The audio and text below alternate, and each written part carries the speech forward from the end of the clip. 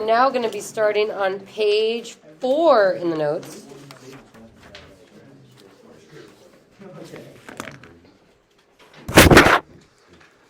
So now we're going to get into solving a system algebraically.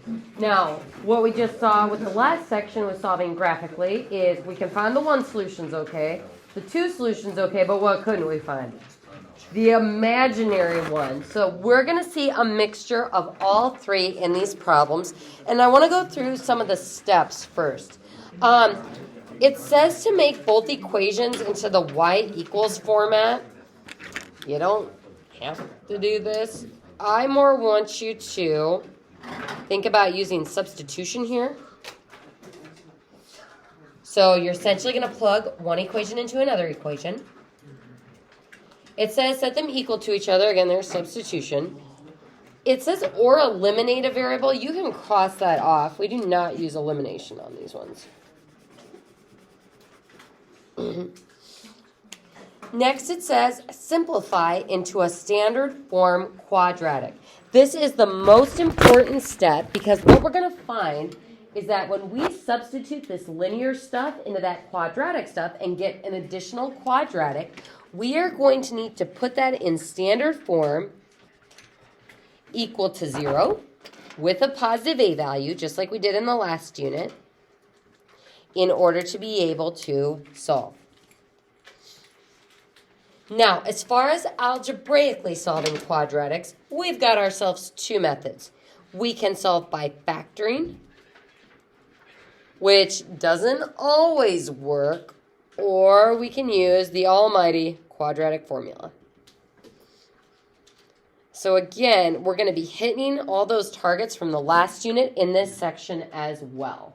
The only new part we are adding is the context of doing it. Instead of trying to find the x-intercepts, we are trying to find intersection points of 2 different equations. All right, folks, so we're going to start by labeling this equation number 1 and equation number 2. Equation number 1 is a quadratic. It's got the ax squared plus bx plus c. And then equation number 2 is a line. So what I normally do is I take the linear equation and use substitution to take that equal stuff, the mx plus b, and plug it in for y in the first equation. So 2x plus 1. And then on the other side, we've got x squared minus 5x plus 7. So what we are looking at now is an equation all in terms of x. The right side is a quadratic, the left side is linear. But if I move all of these terms to the same side, we're going to end up with one quadratic expression. Now, I set up here that we want to try to keep our a value positive. So our a value comes from our squared term. That squared term is currently positive, so we're going to go ahead and subtract 2x to move that to the other side. Goodbye. And subtract 1 to move that over to the other side. Goodbye as well. So now we're left with good old 0 equals x squared minus 7x plus 6. So we substituted one equation into the other. Then we simplified it into a standard form quadratic equal to 0. Now, which do we like better, factoring or the quadratic formula? Factoring. So we're always going to start with factoring just like we did in the last unit. So let's see if we can do it. Product of 6, sum of negative 7. Can we do it? Yeah. X minus 6 and x minus 1. That will give us a product of positive 6 and a sum of negative 7. So now, setting each of those factors equal to 0. So x minus 6 equals 0. X minus 1 equals 0. X equals 6. And x equals 1. But here's the trap that has been unintentionally laid for you. Students a lot of times want to box off those answers and say, I am done. Those would be the x-intercepts of this quadratic, but what we are trying to find is the x, y coordinates that represent the solutions to the system. So what I have just found are the x's. I need to do exactly what I did back on page 2, which is after we find the x value, I need to plug it back in to find the corresponding y value. So I have 2 x values, so I'm going to need to take those and plug them both back in to one of the equations to find the corresponding y value. Which equation is easier to plug into? The quadratic or the linear one? The linear one, ding, ding, ding. So we're going to go ahead and take both of those up here and plug them in for x in this equation. So y equals 2 times the x value of 6 plus 1. And this one will be y equals 2 times the x value of 1 plus 1. This gives me a y value of 12 plus 1 is 13. And this gives me a y value of 2 times 1 is 2 plus 1 is 3. So that my final coordinate solutions are 6, 13 is one coordinate and 1, 3 is the other coordinate.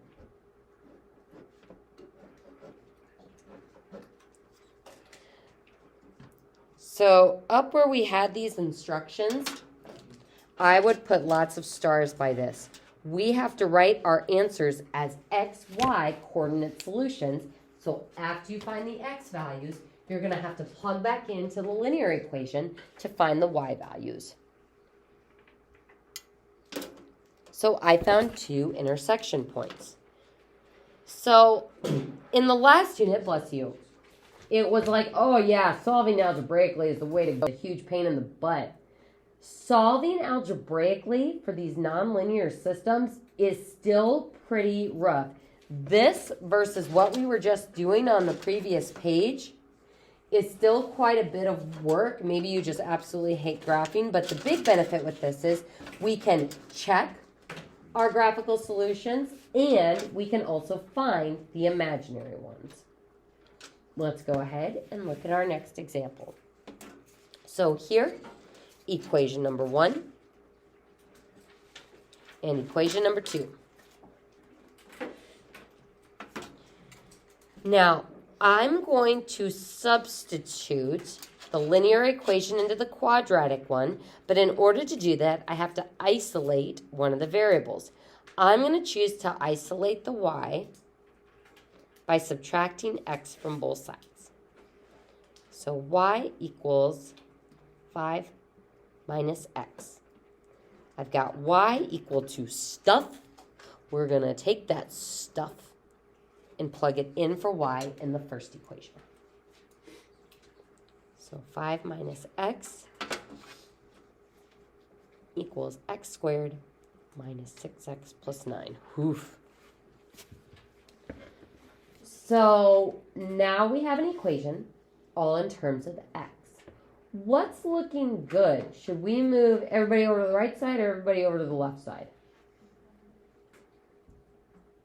The right side, because our x squared is positive on the right side, and we want to keep it that way. So let's go ahead and subtract the 5 to move that over to the other side. Notice that I'm lining it up with the other constant term. And then add x. Notice that I'm lining that up with that negative 6x term. So now we're going to get 0 equals x squared minus 5x, since that's a plus 1x, and then plus 4. Try to factor that one.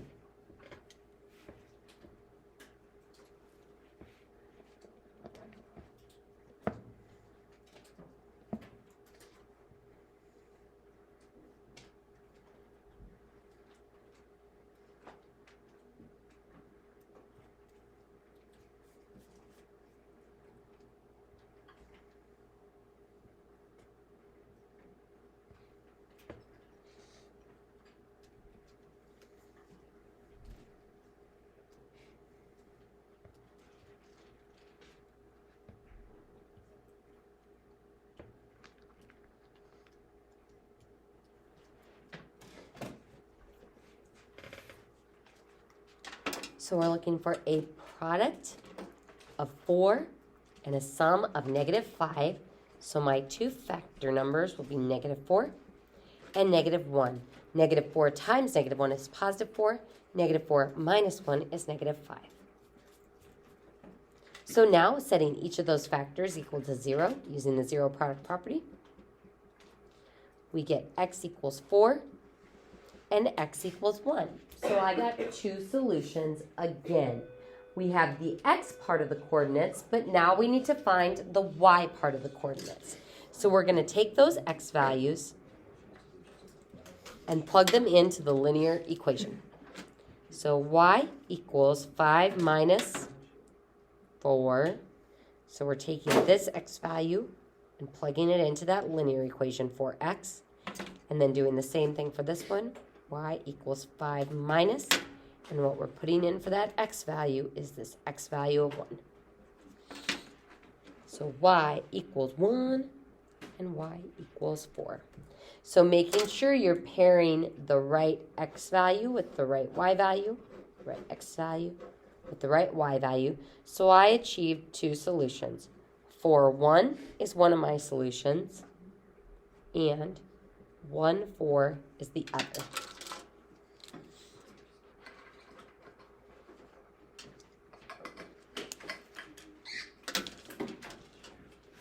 How are we feeling about this so far?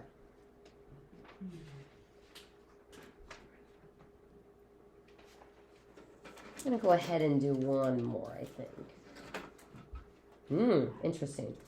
So we've got y equals 2x squared, and 3x minus y equals -2. So equation 1 is linear, and equation 2 is a quadratic. Now, as far as easily isolating something in the linear equation, I do have that -y. I'd have to add him to the other side to get a +y. And then I'd also have to add the 2 over to get it on the other side with the 3x. Kind of seems like a lot of work. When for this one, I already have y equals stuff. So I'm going to take that stuff, and I'm going to plug it in for y in the first equation. Now, when we plug that in, we need to be very careful because what's in front of that y? A minus sign. So I'm going to subtract what I'm putting in for y, which is the 2x squared.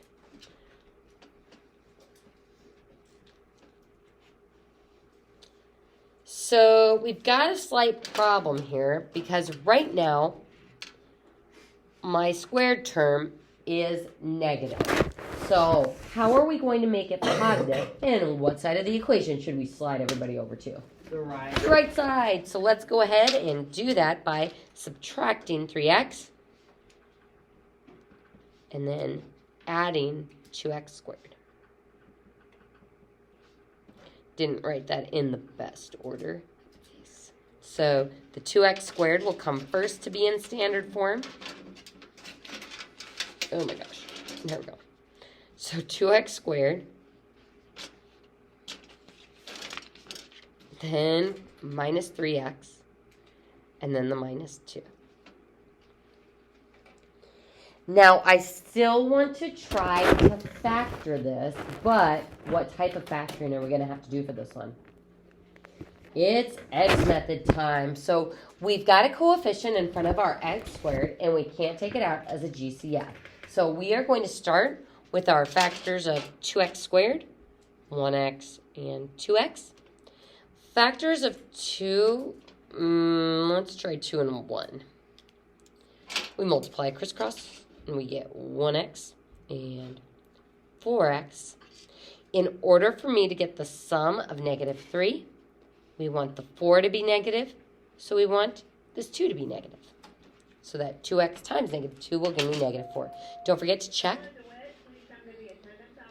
and make sure -2 times 1 is -2. And then remember for the x method, your factors get paired going straight across. The 1x minus 2 goes in one parenthesis. The 2x plus 1 goes in the other parenthesis. So x minus 2 and 2x plus 1.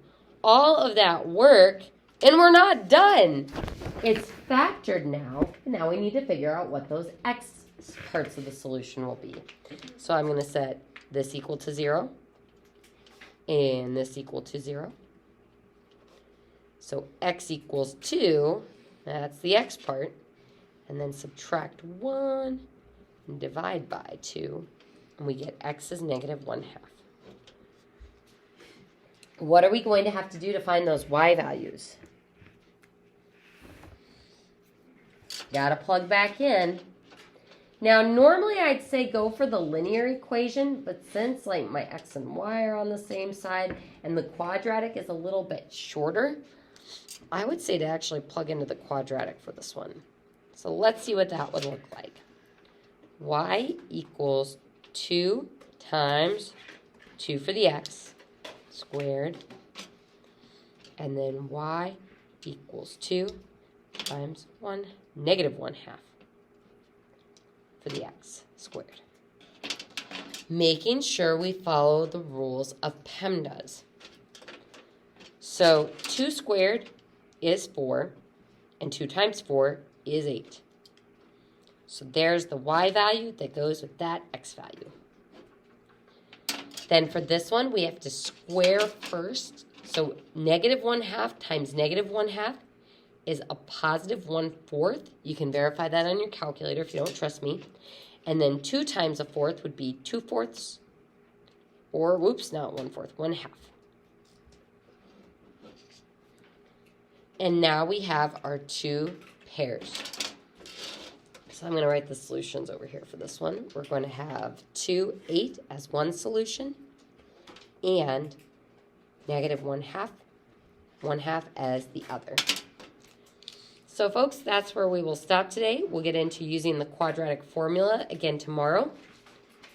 We'll review all these concepts in the guided practice. We'll probably take a homework quiz over this section. The homework over this will be due tomorrow night. And then review on Thursday, test on Friday. If we don't get through everything on Wednesday, we might take the homework quiz on Thursday instead. So Thursday, you won't need the whole day to review because, again, there's really just like 3 learning targets in this chapter. It's fairly short. So if we don't get through everything tomorrow with the early out, we'll finish that up on Thursday, and then you'll have the review for test on Friday. Do you want these?